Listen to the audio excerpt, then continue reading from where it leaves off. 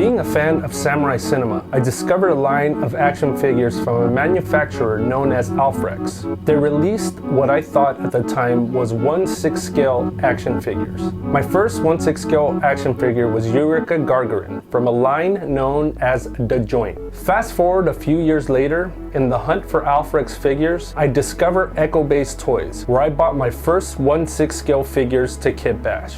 After a trip to Frankenstein Collectible Show, I'd soon discover that there was a huge movement brewing of 1/6 scale kit bashing culture of cult as well as mainstream characters. I began buying and hoarding whatever 1/6 scale parts I could get my hands on, basically to practice making my own figures as well as taking pictures. I'd soon move on to box figures, and the kit bashing frenzy would become something I'd put aside until my skills in creating 1/6 scale figures would improve. So that's the short story of how and why I began collecting 1/6 scale. I'd say it's mostly the fact that these figures are customizable and it really lends itself to hours of fun. However, that may not be the reason why you'd like it. Hence, 1/6 scale. Is it for you?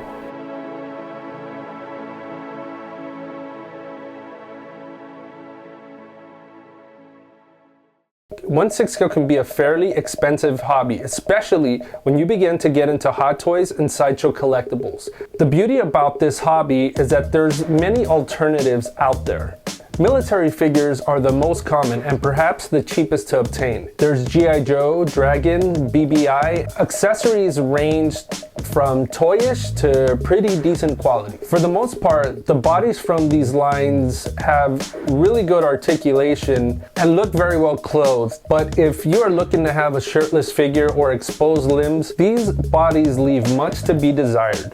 In which case, you really have to shell out cash for a decent higher end figure, such as either Hot Toys, Sideshow, or Phison. I feel that as of now, the Phison bodies are the best since they seem to be of a good quality rubber and have a stainless steel skeleton as opposed to its early bodies which had a brittle plastic skeleton. I know many collectors who don't collect 1/6, but they have managed to snag a few of the characters they really like. For the most part, some of these figures hold their value, but I'd still urge you to choose wisely. You also may want to consider piecing a figure together or kit bashing. If kit bashing is the way you want to go here are some things you may want to be aware of before you start. Heads.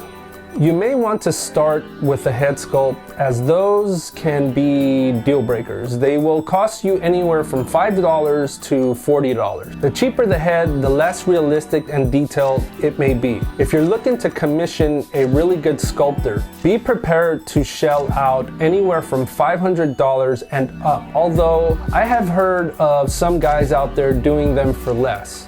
First, when getting a head sculpt, make sure you get a body that the head will fit on. Early on, I was interested in particular head sculpts, but I found that the cheap bodies I was buying at the time were not compatible with the heads I was trying to mount on them, which takes us to bodies.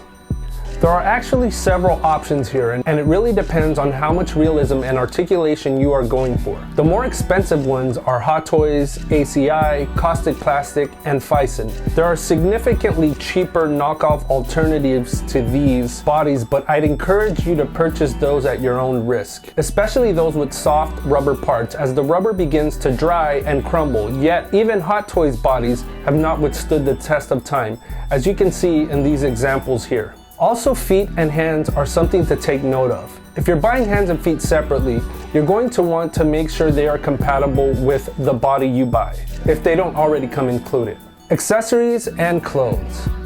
As far as clothes and accessories go, the prices range according to brand and scarcity of item. Since military figures are so common, military accessories are much easier to find and cheaper than civilian clothes. Superhero outfits can be fairly expensive, especially if they're from a higher end figure.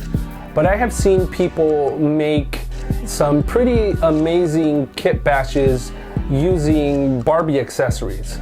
I've actually been guilty of that myself.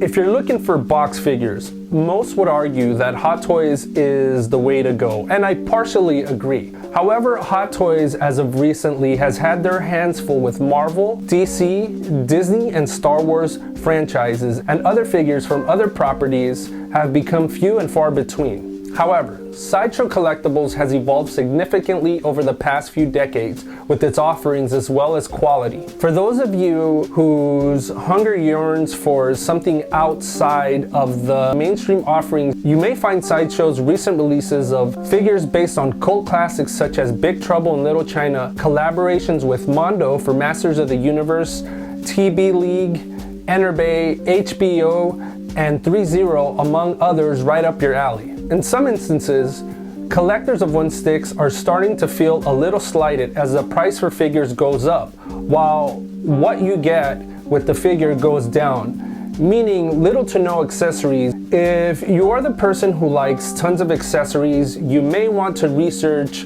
what a figure comes with before making a purchase. On the other hand, there are many great quality and cheaper alternatives to the heavy hitters in the 1/6 scale market, most notably Redman Toys, Art Figures, and Toys R Us, who release artistic interpretations of your favorite comic book, TV show, and video game personalities.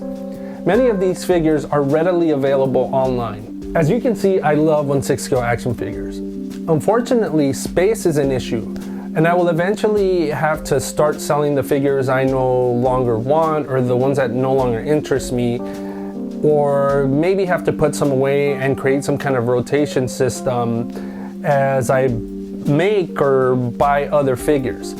So I hope you found this video informative, and maybe it might help you in your decision making as far as purchasing a 1/6 scale figure or starting to collect 1/6 figures altogether.